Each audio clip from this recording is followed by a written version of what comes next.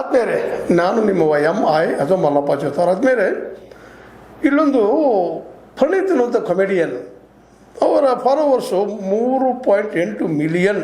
Comedian ಅಂದರೆ ನಿಮ್ಗೆ ಗೊತ್ತದೆ, ಸಮಾಜವನ್ನು ವ್ಯಂಗ್ಯವಾಗಿ ನೋಡುವಂಥದ್ದು, ಮಾಡುವಂಥದ್ದು, ಸಮಾಜ ತಿದ್ದುವಂಥದ್ದು. ಬಟ್ ಇವತ್ತು ಏನಾಗ್ತಾ ಇದೆ, ಇದು ಹಿಮಾಂಶು ಅಂತೂ ತನ್ನ ಗೆಳತಿಯೊಂದಿಗೆ 370 ರೂಪಾಯಿಗಳ ಒಂದು ಬಿರಿಯಾನಿ ತಿನ್ನಿಸಿದ ವಿಷಯ ಮಾತಾಡ್ತಾ ಅದರ ಬದಲಾಗಿ ನಾನು ಅವಳಿಗೆ ಡೇಟಿಂಗ್ ಕರ್ಕೊಂಡು ಹೋಗಿ ಮುತ್ತು ಕೊಟ್ಟೆ, ಮತ್ತೇನೋ ಮಾಡಿದೆ ಅಂತ ಹೇಳುವಂಥ ಮಾತು ಗಮನಿಸಿದಾಗ ಮನಸ್ಸು ನಿಜವಾಗಿ ನೋವು ಅನ್ನಿಸ್ತದೆ.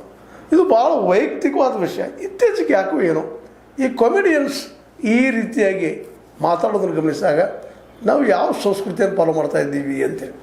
ಹೌದು, ಇರಲಿ, ಅವ್ರವ್ರ ಪ್ರೀತಿ ವಿಶ್ವಾಸ ಜನರ ಮುಂದೆ ಹೇಳುವಂಥದ್ದು ಏನದು, ಭಾಳ ವೈಯಕ್ತಿಕ ಇದ್ದಂಥ ತೋರಿಸುವಂಥದ್ದು ಏನದು ಅಂದ್ರೆ, ಈ ಎಲ್ಲ ಕಾಮಿಡಿಯನ್ಸ್ ಇತ್ತೀಚಿನ ದಿನದಲ್ಲೇ ಸಮಾಜಕ್ಕೆ ಮಾರ್ಗದರ್ಶನ ಮಾಡೋದನ್ನು ಬಿಟ್ಟು ಈ ತಮ್ಮ ವೈಯಕ್ತಿಕ ಬದುಕಿನ ಬಿರಿಯಾನಿ ತಿನ್ನಿಸಿದ್ದು, ಅದನ್ನು ದುಡ್ಡು ವಸೂಲಿ ಮಾಡಲಿಕ್ಕೆ ಹೋಗಿ ಹೊಂಟಿದ್ದು, ಇವೆಲ್ಲ ಕೇಳಿದಾಗ ಮನಸ್ಸಿಗೆ ಸ್ವಲ್ಪ ಆಘಾತನಗಿಂತಲೂ ನೋವು ಅನ್ನಿಸ್ತದೆ. ಒಬ್ಬ ಹೆಣ್ಮಗಳ ಬೆಲೆಯನ್ನು ದುಡ್ಡಿಂದ ಕಟ್ಟುವಂಥದ್ದು, ಮತ್ತೇನೋ ಮಾಡುವಂಥದ್ದು ಸರಿನಾ ನಿಮಗೆ? ಇದು ಸರಿ ಅನ್ನಿಸ್ತದ ಅಂತ.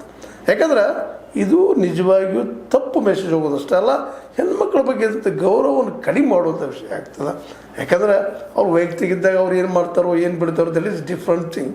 ಬಟ್ ಅದನ್ನು ಸಾರ್ವಜನಿಕಗೊಳಿಸೋ ಮುಂದೆ ಒಮ್ಮೆಲ್ಲ ಹಲವು ಸಲ ವಿಚಾರ ಮಾಡಬೇಕಾಗ್ತದೆ, ಅದು ಮಾಡಿದ್ರೆ ಇವರು ಅಂತೇಳಿ.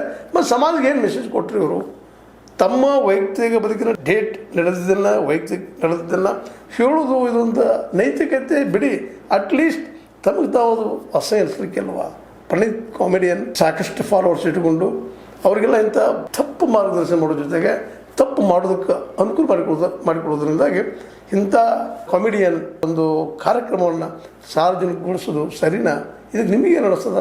ಅವು ಮಾಡಿದ್ದು ಸರಿ ಅನ್ನಿಸ್ತದನ? ತನ್ನ ವೈಯಕ್ತಿಕ ಬದುಕನ್ನು ಸಾರ್ವಜನಿಕಗೊಳಿಸುವಂಥದ್ದು ಇದು ಒಂದು ರೀತಿಯಿಂದ ಇದಕ್ಕೆ ಏನಂತ ಹೇಳ್ಬೇಕು, ನೀವು ವಿಚಾರ ಮಾಡಿರೋದನ್ನು ಅಂತ ಹೇಳ್ತಾ ನಮಸ್ಕಾರಗಳು.